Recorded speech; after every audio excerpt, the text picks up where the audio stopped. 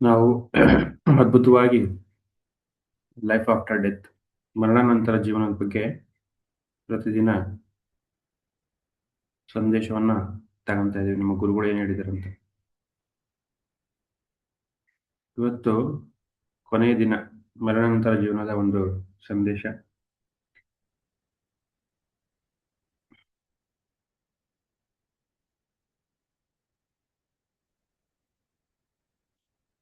So ಪ್ರತಿಯೊಬ್ರು ಒಬ್ಬ ಜ್ಞಾನಿ ಅಂದ್ಕೊಂಡವನು ಭೌತಿಕ ಜೀವನದಲ್ಲಿ ಪ್ರತಿ ಕ್ಷಣ ಸಾಯ್ತಾ ಇರಬೇಕು. ಅವಾಗ ಅವನು ಜ್ಞಾನಿ ಆಗ್ತಾನೆ. ನೆನ್ಪಿಟ್ಕೊಳ್ಳಿ, ಇದು ವೆರಿ ಇಂಪಾರ್ಟೆಂಟ್. ಪ್ರತಿ ಕ್ಷಣ ನಾವು ಸಾಯ್ತಾ ಇರಬೇಕು ಅಂದ್ರೆ ಏನು? ಪ್ರತಿ ಕ್ಷಣ ಮರಿತಾ ಇರ್ಬೇಕಷ್ಟೇ ಆಗೋಗಿದ್ದನ್ನು. ಯಾಕಂದ್ರೆ ಇಲ್ಲಿ ಏನೇ ನಡೆದ್ರು ಭೌತಿಕ ಜೀವನದಲ್ಲಿ ಅದು ಅನುಭವಕ್ಕೋಸ್ಕರ ಅಷ್ಟೇ. ಕಲಿಯಕ್ಕೆ ಬಂದಿದ್ದೀವಿ, ಮುಂದೆ ಹೋಗ್ತಾ ಇರ್ಬೇಕು. Pass on. ಬುದ್ಧ ಹೇಳ್ತಾನೆ ಒಂದ್ ಕಡೆ, ಪಾಸ್ ಆನ್ ಅಂತ ಅಂದ್ರೆ ಸಾಕ್ತಾ ಇರ್ಬೇಕು, ಅನುಭವ ತಗೊಂತಾ ಇರ್ಬೇಕು, ಮುಂದೆ ಪಾಸ್ ಆಗ್ತಾ ಇರ್ಬೇಕು. ಸೊ ಅವಾಗೆ ನಾವು ಜ್ಞಾನಿಗಳಾಗಕ್ಕೆ ಸಾಧ್ಯ. ಯಾಕಂದ್ರೆ ಇಲ್ಲಿ ಏನೇನ್ ನಡೆದ್ರು ಎಲ್ಲ ಇಲ್ಲೇ ಬಿಟ್ಟೋಗೋದು. ನಮಗೆ ಸಮಸ್ಯೆಗಳಿರಲಿ, ಆ, ಮಾನ ಇರಲಿ, ಅವಮಾನ ಇರಲಿ, ಸುಖ ಇರಲಿ, ದುಃಖ ಇರಲಿ,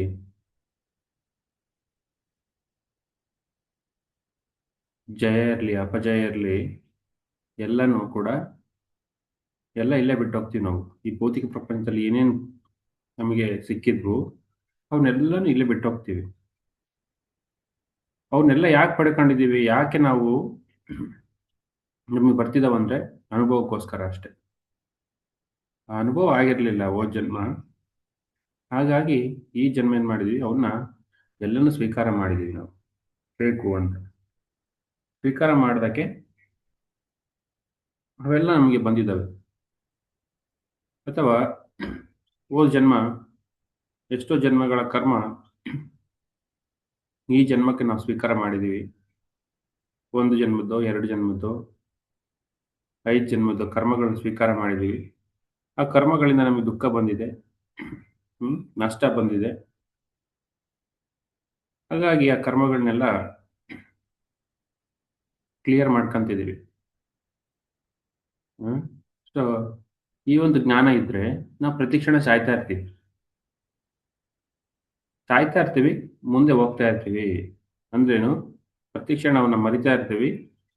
ಮುಂದಿನ ಜೀವನ ಏನು? Life after death. Hmm death ಅಂದ್ರೆ ಹಳೆ ವಿಷಯಗಳನ್ನ ಮರಿಬೇಕು. ಜೊತೆಗೆ ಇಲ್ಲಿ ಏನೇ ಆದ್ರೂ ಎಲ್ಲ ಬಿಟ್ಟು ಮುಂದಿನ ನೋಡ್ತಾ ಇರಬೇಕು. ಮುಂದೆ ಏನು? ನನ್ನ ಗಮ್ಯ ಏನು? ನನ್ನ ಶಾಶ್ವತ ಸ್ಥಳ ಯಾವುದು?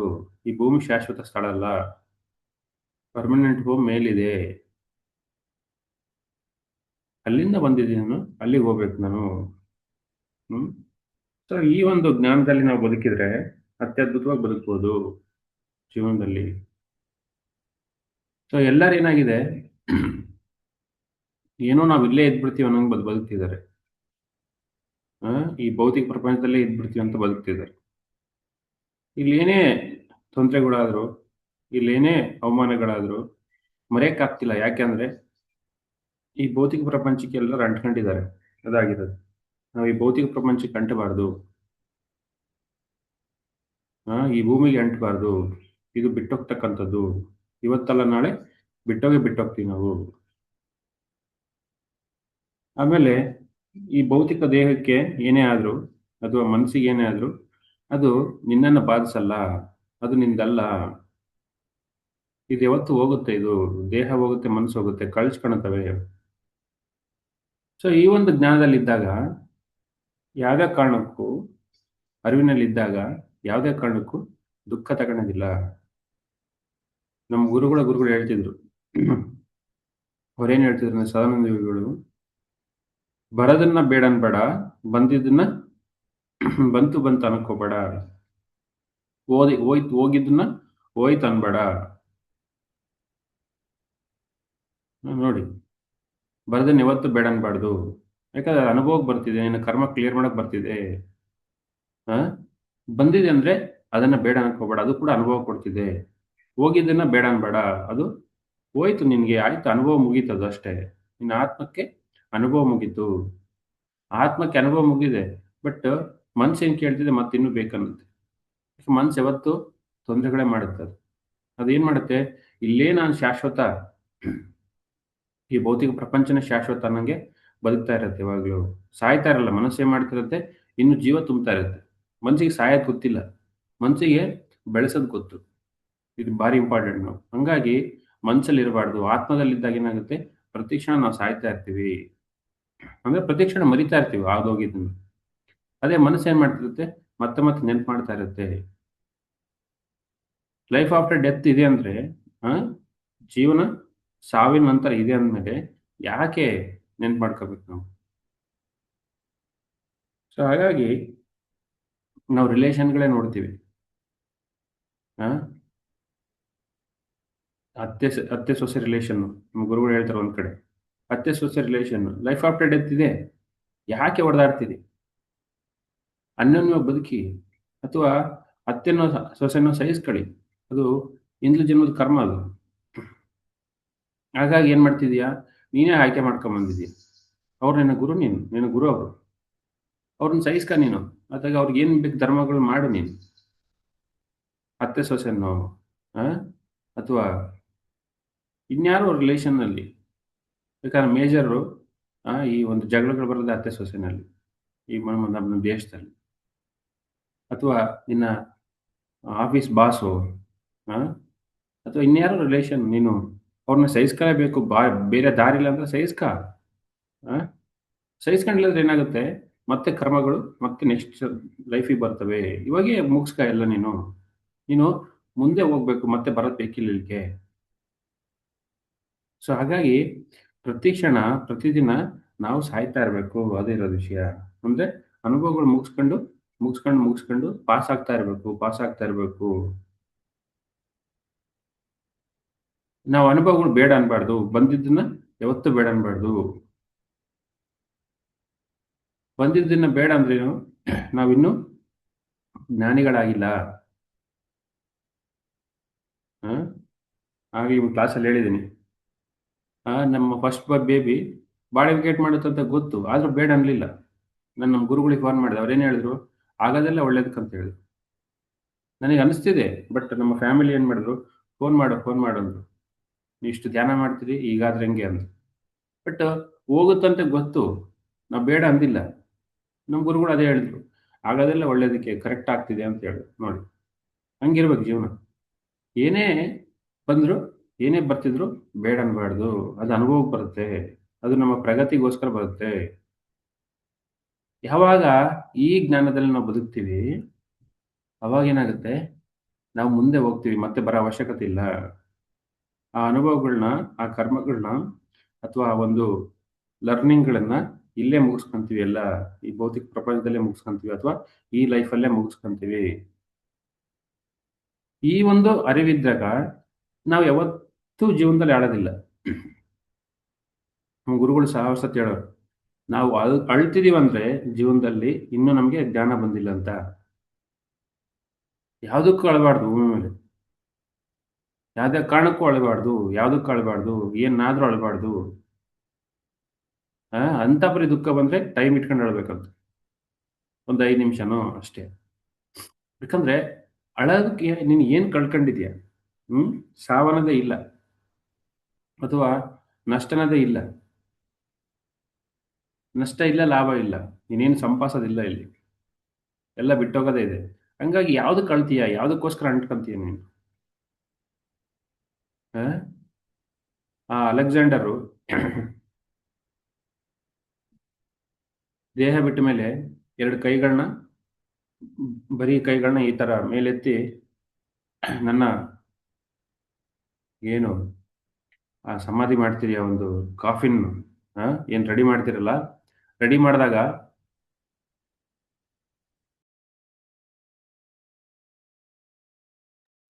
ಆ ಕಾಫಿನ್ ರೆಡಿ ಮಾಡಿದಾಗ 2 ಕೈಗಳು ಮೇಲಿರ್ಲಿ ಅಂತ ಹೇಳ್ತಾನೆ. ಅವರ ಒಂದು ಸೈನಿಕರಿಗೋ. ಆ? ಯಾಕಂದ್ರೆ ನಾನು ಪ್ರಪಂಚನ ಗೆದ್ದೆ, ಬಟ್ ಏನು ತಗೊಂಡೋಗಿಲ್ಲ ಅಂತ. ನೋಡಿ, ಅಲೆಕ್ಸಾಂಡರು ಪ್ರಪಂಚನ ಗೆಲ್ತಾನೆ, ಎಲ್ಲ ಯುದ್ಧ ಮಾಡಿ ಯುದ್ಧ ಮಾಡಿ ಯುದ್ಧ ಮಾಡಿ. ಅವ್ನ ಯಾರು ಸೋಲ್ಸಕ್ ಆಗೋದಿಲ್ಲ. ಕೊನೆಗೆ ದೇಹ ಬಿಟ್ಟ ಮೇಲೆ ಏನ್ ಹೇಳ್ತಾನೆ ಅವನು, ಬಿಟ್ಟು ನಾನು ನನ್ನ ಸಮಾಧಿ ಮಾಡಕ್ಕೆ ಮಾಡ್ಬೇಕಾದ್ರೆ, ಅಥವಾ ಕಾಫಿನ್ ರೆಡಿ ಮಾಡ್ತಿರಲ್ಲ, ಅವ ಎರಡು ಕೈಗಳು ಮೇಲಿರ್ಬೇಕಂತ ಹೇಳ್ತಾನೆ, ಕಟ್ಬೇಕಂತ. ಅದೇ ತರ ಎರಡು ಕೈಗಳು ಮೇಲಿರ್ತಾವ, ಅಂದ್ರೆ ಎಲ್ರಿಗೂ ಒಂದು ಸಂದೇಶ ಏನು, ನಾನು ಏನು ತಗೊಂಡು ಹೋಗ್ತಿಲ್ಲ, ಬರಿಗೈ ನಂದು ಅಂತ. So ಈಗ ಬದುಕ್ಬೇಕು ನಾವು, ಅದಿರೋದು. ಆ ಯಾವಾಗ ನಾವು ಪ್ರತಿಕ್ಷಣ ವಸ್ತುಗಳನ್ನ ಬಿಡ್ತಾ ಇರ್ತೀವಿ, ವಿಷಯಗಳನ್ನ ಮರಿತಾ ಇರ್ತೀವಿ, ಸಾಯ್ತಾ ಇರ್ತೀವಿ, ಆ ಮುಂದಿನ ಲೈಫ್ ಅದ್ಭುತವಾಗಿರುತ್ತೆ. ನಾನು ಹೋದ್ ಕ್ಲಾಸಲ್ಲಿ ಹೇಳಿದೆ. ಹಾಗಾಗಿ ಇಲ್ಲಿ ಯಾವುದು ಉಳಿಸ್ಕೋಬಾರ್ದು ನಾವು, ಯಾವುದಕ್ಕೂ ಅಂಟಬಾರ್ದು. ದೇಹ ಬಿಡ್ತೀವಂತ ಗೊತ್ತು, ಮತ್ತೆ ಯಾಕೆ ಅಂಟಬೇಕು? ಆ ಇವೆಲ್ಲ ಏನೇನು ಸೃಷ್ಟಿ ಮಾಡ್ಕೊಂಡಿದ್ದೀವಿ ಈ ಭೌತಿಕ ಜೀವನದಲ್ಲಿ, ಆ ಅವೆಲ್ಲ ನಾವು ಬಿಟ್ಟು ಹೋಗ್ತೀವಿ. ಅದ್ರ ಮೇಲೆ ಯಾಕೆ ಮೋಹ, ವ್ಯಾಮೋಹ ಬೇಕಿಲ್ಲ. ನಿನಗೆ ಯಾವತ್ತು ಆ ಮೇಲಿನ ಜೀವನಕ್ಕೆ ಮುಂದೇನು ಅಂತ, ಈ ದೇಹ ಹೋದ್ಮೇಲೆ ನೆಕ್ಸ್ಟ್ ಏನ್ ಕೆಲಸ, ಅದ್ರ ಮೇಲೆ ಇರ್ಬೇಕು ಯಾವಾಗ್ಲೂ ಗಮ್ಯ. ಇಲ್ಲಿ ಎಲ್ಲ ಆಯ್ತು, ಮೇಲೇನ್ ಕೆಲಸ ಮಾಡ್ಬೇಕು, ಮೇಲಿನ ಕೆಲಸಕ್ಕೋಸ್ಕರ ನಾನು ಇಲ್ಲೇನ್ ಕಲಿಬೇಕು, ಇಲ್ಲೇನ್ ಕಲಿಬೇಕು, ಎಲ್ಲನೂ ಸ್ವೀಕಾರ ಮಾಡ್ಬೇಕು. ಇಲ್ಲಿ ಗೆದ್ರೆ ಅಲ್ಲಿ ಗೆಲ್ತೀವಿ ನಾವು, ಅದಿರೋದು. ನಾವು ನಾವು ಅನಂತ ಯಾತ್ರೆ ನಡೀತಾನೆ ಇರುತ್ತೆ, ನಡೀತಾನೆ ಇರುತ್ತೆ. ನಮ್ಮ ಯಾತ್ರೆ ನಿಲ್ಲದಿಲ್ಲ. ಇದು ನಿಲ್ದೇ ಇರ್ತಕ್ಕಂಥ ಯಾತ್ರೆ ಇದು. ಈ ಭೌತಿಕ ಯಾತ್ರೆ ಇಲ್ಲೇ ಮುಗಿದೋಗುತ್ತೆ, ಈ ಮನಸ್ಸಿನ ಯಾತ್ರೆ ಇಲ್ಲೇ ಮುಗಿದೋಗುತ್ತೆ. ಬಟ್ ಆತ್ಮದ ಯಾತ್ರೆ ನಿರಂತರ ಇದು. ಆ ನಿರಂತರವಾದ ಯಾತ್ರೆಗೆ ಇಲ್ಲಿ ಒಂದು ಸ್ಟಾಪ್ ತಗೊಂಡಿದ್ದೀವಿ ನಾವು ಭೂಮಿ ಮೇಲೆ. ಆ ಹೇಗೆ ಬಸ್ ಸ್ಟಾಪ್‌ಗಳಿರ್ತವೆ, ಆ ಸ್ಟಾಪಲ್ಲಿ ಇಳಿದಾಗ ಒಂದು ಸ್ವಲ್ಪ ಏನೋ ನೋಡ್ತೀವಿ, ಅವ್ರು ಇವ್ರನ್ನ ಯಾರೋ ಗೊತ್ತಿರೋರಿದ್ರೆ ಮಾತಾಡಿಸ್ತೀವಿ, ಏನೋ ಒಂದು ಅನುಭವ ತಗೊಂತೀವಿ. ಅದೇ ತರ ಭೂಮಿ ಅಂತಕ್ಕಂಥ ಒಂದು ಸ್ಟಾಪು ನಾವು ತಗೊಂಡಿದ್ದೀವಿ. ಸ್ಟಾಪ್ ತಗೊಂಡು ಇಲ್ಲೇನೋ ಒಂದು ಕೆಲಸ ಮಾಡಬೇಕು, ಅಥವಾ ಏನೋ ಒಂದು ಅನುಭವ ತಗೋಬೇಕು, ಪ್ರಾಪಂಚಿಕವಾಗಿ, ಸಂಸಾರದಲ್ಲಿ, ಸಮಾಜದಲ್ಲಿ ತಗೊಂತಿದ್ದೀವಿ ಅಷ್ಟೇ. ಇದಕ್ಕೆ ಯಾಕೆ ಅಂಟಬೇಕು? ಅಲೆಕ್ಸಾಂಡರು ಏನು ತಗೊಂಡು ಹೋಗ್ಲಿಲ್ಲ ನೋಡಿ. ಅವನು ಹೇಗಪ್ಪ ಎನ್ಲೈಟನ್ ಆದ ಅಂದ್ರೆ, ಆ ಡಯೋಜನಿಸ್ ಅಂತಕ್ಕಂಥ ಒಬ್ಬ ಜ್ಞಾನಿಯಿಂದ ಎನ್ಲೈಟನ್ ಆದ. ಅಲೆಕ್ಸಾಂಡರ್ ಹತ್ರ ಎಲ್ಲ ಇದೆ, ಬಟ್ ಅವನು ಇನ್ನೇನ್ ಗೆಲ್ಲಿ ಅಂತ ಅವನು, ಇನ್ಯಾರನ್ನ ಗೆಲ್ಬೇಕು, ಇನ್ಯಾರು ಪೆಂಡಿಂಗ್ ಇದ್ದಾರೆ. ಆ ಡಯೋಜನಿಸ್ ಏನ್ ಮಾಡ್ದ, ಅವನ ಹತ್ರ ಏನೂ ಇಲ್ಲ, ನೆಕ್ಸ್ಟ್ ಟೈಮ್ ಊಟ ಮಾಡಕ್ಕೂ ಇಲ್ಲ, ನೀರು ಇಲ್ಲ ಅವನ ಹತ್ರ.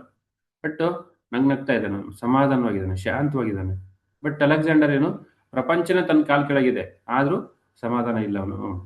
ನೋಡಿ, ಅವನಿಗೆ ಇನ್ನು ನಾಳೆ ಫ್ಯೂಚರ್ ಇನ್ನೇನ್ ಬೇಕು, ಇನ್ನೇನ್ ಸಂಪಾದಿಸ್ಕೊಳ್ಳಿ ಅಂತ.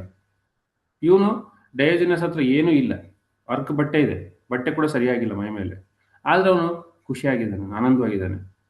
ನಾವು ಆ ಥರ ಬದುಕಬೇಕು, ಅದು ಇರೋದು. ಆ ಥರ ಬದುಕಿದಾಗ ಯಾವತ್ತೂ ಜೀವನದಲ್ಲಿ ಅಳೋದಿಲ್ಲ ನಾವು. ಯಾಕಂದ್ರೆ ನಾವೇನು ಕಳ್ಕೊಳ್ಳೋದಿಲ್ಲಲ್ಲ ಇಲ್ಲಿ. ಕಳ್ಕೊಳ್ಳೋದು ಏನಿದೆ, ಏನು ಕಳ್ಕೊಂತಿದ್ದೀವಿ, ನೀನು ಆತ್ಮ ಪದಾರ್ಥ ನಿಮ್ಗೆ ಯಾವುದೂ ಸಂಬಂಧ ಇಲ್ಲ. ಸೊ ಈ ಒಂದು ಅರಿವಿನಲ್ಲಿದ್ದಾಗ ಯಾವತ್ತೂ ನಾವು ಆ, ದುಃಖದಲ್ಲಿರೋದಿಲ್ಲ, ಅದಿರೋದು. ದುಃಖ ಇರಬಾರ್ದು, ದುಃಖ ಯಾವತ್ತಿರೋದಿಲ್ಲ, ಅದೇ ಮೋಕ್ಷ. ಆತ್ಮಲೋನಿ ಅಭಯಮು. ಹ್ಮ್ ಆತ್ಮದಲ್ಲಿ ಅಭಯ ಇರ್ಬೇಕು ಯಾವಾಗಲೂ. ಅಭಯ ಅಂದ್ರೆ ಭಯ ಇರಬಾರ್ದು, ಆತ್ಮದಲ್ಲಿ ಯಾವತ್ತಕ್ಕೂ ಭಯ ಇರಬಾರ್ದು. ಸಾವು ಬರುತ್ತಂತ ಭಯ ಇರಬಾರ್ದು, ಆಸ್ತಿ ಹೋಗುತ್ತಂತ ಭಯ ಇರಬಾರ್ದು, ಆ ಯಾವುದಕ್ಕೂ ಭಯ ಇರಬಾರ್ದು. ಏನಾದ್ರಾಗ್ಲಿ, ಆಗೋದೇನಿದೆ ಫಸ್ಟ್, ಆಗೋದೇನಿಲ್ಲ. ಏನು ಏನು ಈ ಭೂಮಿ ಮೇಲೆ ದುರಂತ ಅಂತಕ್ಕಂಥದ್ದಿಲ್ಲ. There is no tragedy. Tragedy ಅನ್ನೋದು ಆಗೋದೇ ಇಲ್ಲ ಭೂಮಿ ಮೇಲೆ. ನಮ್ಮ ಜೀವನದಲ್ಲಿ ಎಲ್ಲಿ ಟ್ರಾಜಿಡಿ ಅನ್ನೋದೇ ಇಲ್ಲ, ಯಾಕಂದ್ರೆ ನೀನು ಏನು ಕಳ್ಕೊಳೋದಿಲ್ಲ. ಏನ್ ಕಳ್ಕೊಂತಿದೀಯ, ದೇಹ ಕಳ್ಕೊಂತಿದೀಯ, ಅದು ನೀನಲ್ಲ. ನೀನು ಮನಸ್ಸು ಕಳ್ಕೊಂತಿದೀಯ, ಅದು ನೀನಲ್ಲ. ನೋಡಿ, ಹಂಗಾಗಿ ಆ ಡಯೋಜನಿಸು ಆರಾಮಾಗಿದ್ದ. ಯಾಕಂದ್ರೆ ಅವ್ನಿಗೆ ಗೊತ್ತಿತ್ತು, ನಾನು ಏನು ಕಳ್ಕೊಂಡಿಲ್ಲ, ನಾನು ಏನು ತಂದಿಲ್ಲ, ನಾನು ಏನು ಕಳ್ಕೊಳ್ಳೋದಿಲ್ಲ. ಇದೇನೋ ಇದೆ, ಇದು ದೇಹ ಇದೆ, ಇದನ್ನು ಬಿಟ್ಟು ಹೋಗ್ತೀನಿ ಅಷ್ಟೇ. ಇದು ಅನುಭವಕ್ಕೋಸ್ಕರ ಬಂದಿದೆ, ಅಥವಾ ಏನೋ ಒಂದು ಟೀಚಿಂಗ್ಗೋಸ್ಕರ ಬಂದಿದೆ, ಆ ಥರ ಅಲೆಕ್ಸಾಂಡರ್ಗೆ ಟೀಚ್ ಮಾಡೋಕ್ಕೋಸ್ಕರ ಬಂದಿದೆ ಅಂತ ಆರಾಮಾಗಿ ಕೂತಿದ್ದವನು ಡಯೋಜನಿಸ್ ಗುರು. ಅಲೆಕ್ಸಾಂಡರ್ ಏನ್ ಮಾಡ್ತಿದ್ದ, ಬರೇ ಭಯ ಬೀಳ್ತಾ ಇದ್ದ. ನೋಡಿ, ಅವನಿಗೆ ಫ್ಯೂಚರ್ ಇನ್ನೇನು ಗೆಲ್ಲಿ ಅಂತ. ಅವನು ಗೆದ್ದಿಲ್ಲ ಫಸ್ಟ್. ಪ್ರಪಂಚನ ಗೆದ್ದ, ಬಟ್ ಅವನು ಗೆಲ್ಲಿಲ್ಲ ಅವನು. ಯಾವಾಗ ಅವನು ಗೆದ್ದಂದ್ರೆ ಆ ಡಯೋಜನಿಸ್ನ ದರ್ಶನ ಮಾಡಿದಾಗ ಅವನು ಗೆದ್ದ ನೋಡಿ. ಯಾಕಂದ್ರೆ ಡಯೋಜನಿಸು ಪ್ರತಿ ಕ್ಷಣ ಅವನ್ನ ಗೆಲ್ತಾ ಇದ್ದ, ಸಂಪೂರ್ಣವಾಗಿ ಗೆದ್ದಿದ್ದ. ಆ ಯಾವತ್ತೋ ಗೆದ್ದಿದ್ದ ಡಯೋಜನಿಸ್, ಹಂಗಾಗಿ ಗುರು ಆಗಿದ್ದ. ಅವನು ಗೆಲ್ಲದಂದ್ರೆ ಏನು? ಎಲ್ಲ ಅಹಂಕಾರಗಳನ್ನ, ಎಲ್ಲ ಮನಸ್ಸಲ್ಲಿ ನಡೀತಕ್ಕಂಥ ಆಟಗಳನ್ನೆಲ್ಲ ಗೆದ್ದಿದ್ದ ಅವನು. ಮನಸ್ಸನ್ನು ಯಾರು ಸಂಪೂರ್ಣವಾಗಿ ಗೆಲ್ತಾರೆ ಅವ್ರು ಗೆಲ್ತಾರೆ. ಹಾಗಾಗಿ ಪ್ರತಿಯೊಬ್ರು ನಾವು ಪ್ರತಿಕ್ಷಣ ನಮ್ಮ ಮನಸ್ಸನ್ನ ಗೆಲ್ಲಬೇಕು. ಅಂದ್ರೆ ಏನು? ಮನಸ್ಸು ಆಡ್ತಕ್ಕಂಥ ಆಟಗಳನ್ನ ಅವನ್ನ ಬದಿಗೊತ್ತಿ ಅಥವಾ ಅವನ್ನ ಅದ್ರ ಮೇಲೆ ಮೆಟ್ಟಿ ನಿಲ್ಬೇಕು. ಮನಸ್ಸಿನ ಮೇಲೆ ಮನಸ್ಸು ಆಡ್ತಕ್ಕಂಥ ಆಟಗಳನ್ನ. ಸೊ ಇದೇ ಆತ್ಮಜ್ಞಾನ ಅಂದ್ರೆ. ಜ್ಞಾನ ಅಂದ್ರೆ ಏನು? ಮನಸ್ಸನ್ನ ಗೆಲ್ಲೋದು. ಮನಸ್ಸನ್ನ ಗೆದ್ದಾಗ ನಮ್ಮನ್ನ ಗೆಲ್ತೀವಿ, ಆತ್ಮ ತತ್ವದಲ್ಲಿ ಬದುಕ್ತೀವಿ, ಸತ್ಯದಲ್ಲಿ ಬದುಕ್ತೀವಿ, ಅರಿವಿನಲ್ಲಿ ಬದುಕ್ತೀವಿ.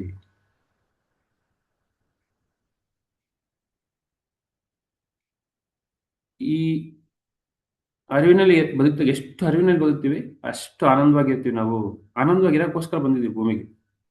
ಯಾರು ಆಳಕ್ ಬಂದಿಲ್ಲ ಭೂಮಿಗೆ. ಆನಂದವಾಗಿರೋದು ಅಂದ್ರೇನು? ಸಂಪೂರ್ಣ ಆತ್ಮಜ್ಞಾನದಲ್ಲಿರೋದು. ಅದಿರೋದು ಅದೇ ನಿಜವಾದ ಜಯ.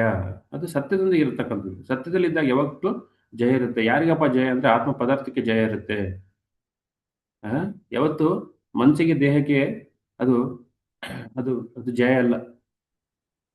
ನಾವ್ ಯಾವುದೋ ಒಂದು ದೊಡ್ಡ ಕೆಲಸ ತಗೊಂಡ್ವಿ, ಅಥವಾ ಮಕ್ಕಳಿಗೆ ಒಳ್ಳೆ ಕಡೆ ಮದುವೆ ಮಾಡಿದ್ವಿ, ಆ ಇನ್ನೇನೋ ಮಾಡಿದ್ವಿ ಅಂದ್ರೆ ಓಕೆ, ಬೇಕು. ಅದು ನಿಜವಾದ ಜಯ ಅಲ್ಲ ಅದು.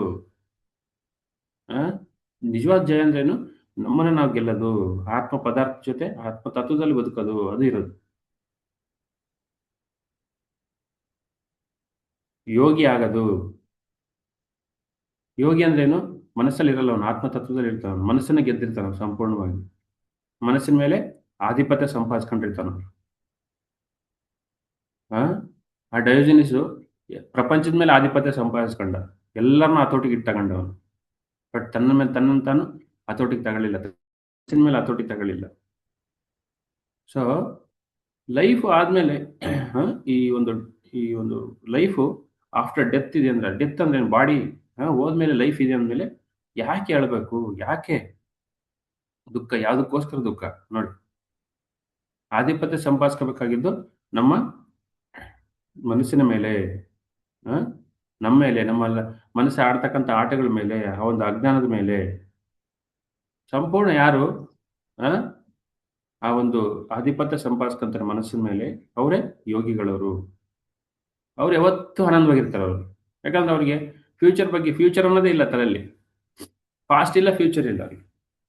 ಯಾವಾಗ ಪಾಸ್ಟ್ ಇಲ್ಲ, ಫ್ಯೂಚರ್ ಇಲ್ಲ ಅಂದ್ರೆ ಇನ್ನೇನಿದೆ? ಪ್ರೆಸೆಂಟ್ ಅಲ್ಲಿ ಅದ್ಭುತವಾಗಿ ಬದುಕ್ತಿರ್ತಾರೆ. ಆ ಒಂದು ಡಯೋಜನಿಸ್ ತರ ನೋಡಿ.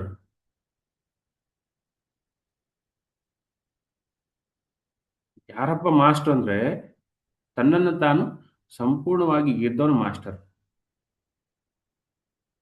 ಪ್ರತಿಯೊಬ್ಬರು ಮಾಸ್ಟರ್ ಆಗ್ಬೇಕು, ಮಾಸ್ಟರಿ ಬರಬೇಕು. ನಾವು ಹಳೆ ಕ್ಲಾಸಲ್ಲಿ ಕೇಳಿದ್ದೀವಿ. ಮಾಸ್ಟರಿ ಅಂದ್ರೇನು? ನಮ್ಮ ಮೇಲೆ ನಾವು ಆಧಿಪತ್ಯ ಸಂಪಾದಿಸ್ಕೊಂಡಿರ್ತೀವಿ. ಆ ನಮ್ಮ ಮನಸ್ಸಿನ ಮೇಲೆ ಸಂಪೂರ್ಣ ಹಿಡ್ತಾ ಇರುತ್ತೆ. ಮನಸ್ಸು ನಮ್ಮ ಕೈಯಲ್ಲಿರುತ್ತೆ ಯಾವಾಗಲೂ ಕೂಡ. ಅದನ್ನ ಹೋಗಕ್ ಬಿಡದೇ ಇಲ್ಲ ನಾವು. ಅದ್ರ ಆಟನ ಅದು ಆಟ ಆಡೋಕ್ಕೆ ಬಿಡೋದಿಲ್ಲ ನಾವು. ಸಂಪೂರ್ಣವಾಗಿ ನಮ್ಮ ಕೈಯಲ್ಲಿರುತ್ತೆ. ಆ ಸ್ಥಿತಿ ಬರಬೇಕು. ಆ ಸ್ಥಿತಿ ಬರ್ಬೇಕಂದ್ರೆ ಅಪಾರವಾದ ಧ್ಯಾನ ಸಾಧನೆ ಬೇಕು. ಎಷ್ಟು ಸಾಧನೆ ಮಾಡ್ತೀವಿ, ಮನಸ್ಸು ಖಾಲಿ ಆಗುತ್ತೆ, ಶಾಂತ ಆಗುತ್ತೆ. ಆ ಮನಸ್ಸು ಯಾವಾಗ ಶಾಂತ ಆಗುತ್ತೆ? ಅರಿವು ಅಂತಕ್ಕಂಥ ತನ್ನಷ್ಟನೇ ಬರುತ್ತೆ. ಏನಪ್ಪ ಅರಿವು ಅಂದ್ರೆ, ಲೈಫ್ ಇದೆ ಮುಂದೆ, ಯಾವತ್ತೂ ಇದೆ ಲೈಫು.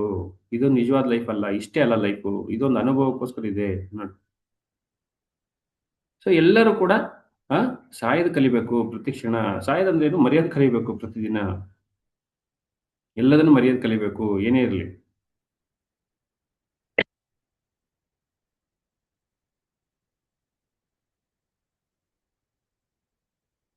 ಜೀವನ ಯಾವತ್ತೂ ಸಾಗ್ತಾ ಇರತ್ತೆ. ಸಾಗದು ಇದು ಯಾವತ್ತು ನಿಲ್ಲೋದಿಲ್ಲ. ಇದು ನಿಲ್ಲೋದಲ್ಲ. ಈ ಭೌತಿಕ ಜೀವನ ನಿಲ್ಲುತ್ತೆ. ಬಟ್ ಆಧ್ಯಾತ್ಮಿಕ ಜೀವನ ಅಥವಾ ಆತ್ಮದ ಜೀವನ ಅಂತಕ್ಕಂಥದ್ದು ಸಾಗ್ತಾ ಇರತ್ತೆ, ಸಾಗ್ತಾ ಇರತ್ತೆ. ಸೊ ಆ ಅರಿವಿನಲ್ಲಿ ಬದುಕಿದಾಗ ಆನಂದವಾಗಿರ್ತೀವಿ ನಾವು.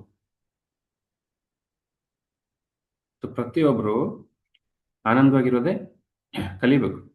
ಯಾವುದಕ್ಕೂ ದುಃಖ ಪಡಬಾರ್ದು, ಯಾವುದಕ್ಕೂ ಅಳಬಾರ್ದು. ಸರ್ ಹತ್ರ ಹೋಗಿ ಯಾರಾದ್ರೂ ಕಷ್ಟ ಅಂದ್ರೆ ಅವರು ಸರಿಯಾಗಿ ಬೈಯೋರು. ಕಷ್ಟ ಅನ್ನೋಕೆ ಹೋಗ್ಬಾರ್ದು ಯಾವತ್ತು. ಯಾರು ಕಷ್ಟ ಅನ್ಬಾರ್ದು. ಧ್ಯಾನ ಇರ್ಬೇಕಾದ್ರೆ ಯಾಕೆ ಕಷ್ಟ ನಿನಗೆ? ನೀನು ಸೋಮಾರಿತನದಿಂದ ಧ್ಯಾನ ಮಾಡ್ತಿಲ್ಲ, ಅದು ಆಗಿರೋದು. ಧ್ಯಾನಿಗೆ ಯಾವತ್ತೂ ಕಷ್ಟ ಇರೋದಿಲ್ಲ. ಅವನು ಯಾವತ್ತೂ ಕಂಪ್ಲೇಂಟ್ ಮಾಡೋದಿಲ್ಲ ಲೈಫ್ ಮೇಲೆ, ಜಡ್ಜ್ ಮಾಡೋದಿಲ್ಲ ಲೈಫ್ ಮೇಲೆ. ಇಂಥ ಅತ್ತೆ ಯಾಕೆ, ಇಂಥ ಮಾವ ಯಾಕೆ, ಇಂಥ ಮಕ್ಕಳು ಯಾಕೆ, ಯಾವುದನ್ನು ಕಂಪ್ಲೇಂಟ್ ಮಾಡೋದಿಲ್ಲ. ಎಲ್ಲನೂ ಕೂಡ ಸ್ವೀಕಾರ ಮಾಡ್ತಾನೆ ಧ್ಯಾನಿ. ಯಾಕಂದ್ರೆ ತನ್ನ ಅನುಭವಕ್ಕೋಸ್ಕರ ತಾನೇ ಆಯ್ಕೆ ಮಾಡ್ಕೊಂಬಂದಿದ್ದಾನೆ ಮೇಲಿನ ಲೋಕದಿಂದ ಎಲ್ಲನೂ ಕೂಡ. ತಾನೇ ಆಯ್ಕೆ ಮಾಡ್ಕೊಂಬಂದ್ಮೇಲೆ ಇನ್ಯಾಕೆ ಜಡ್ಜ್ ಮಾಡೋದು, ಇನ್ಯಾಕೆ ನೋವು? ನಿನ್ ಚಾಯ್ಸ್ ಇದೆ, ಎಲ್ಲ ನಿನ್ ಚಾಯ್ಸ್ ಇದು, ಪ್ರತಿಯೊಂದು ನಿನ್ ಚಾಯ್ಸ್. ಸ ಅವಾಗ ನಮ್ಮ ಚಾಯ್ಸ್ ಆದ್ಮೇಲೆ ಯಾಕೆ ದುಃಖ ಪಡಬೇಕು, ಯಾಕೆ ಕಷ್ಟ ಅನ್ಬೇಕು? ನೀನು ಮರ್ತೋಗ್ತಿದೀಯ, ಅದು ಆಗಿರೋದು. ಯಾಕೆ ಮರ್ತೋಗ್ತಿದ್ಯಾ? ಧ್ಯಾನ ಇಲ್ಲದೆ, ಅರಿವಿಲ್ಲದೆ, ಮನಸ್ಸು ಖಾಲಿ ಆಗದೆ.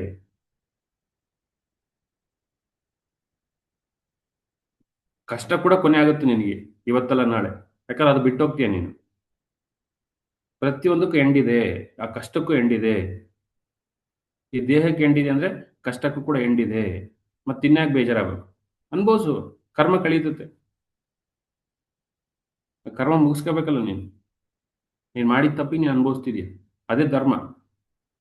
ನಿನ್ಗೆ ಇನ್ಯಾರೋ ಹೀಲ್ ಮಾಡೋದಿಲ್ಲ. ಅವ್ರು ಹೀಲ್ ಮಾಡಿದ್ರೆ ನೆಕ್ಸ್ಟ್ ಇನ್ನೊಂದು ಕರ್ಮ ಬರುತ್ತೆ ನಿನಗೆ, ಇನ್ನೊಂದು ಕಷ್ಟ ಬರುತ್ತೆ. ಹಾಗಾಗಿ ಆ ಕಷ್ಟಗಳನ್ನ ನೀನೇ ಬಗೆಹರಿಸ್ಕೊಳೋದು ಕಲಿ.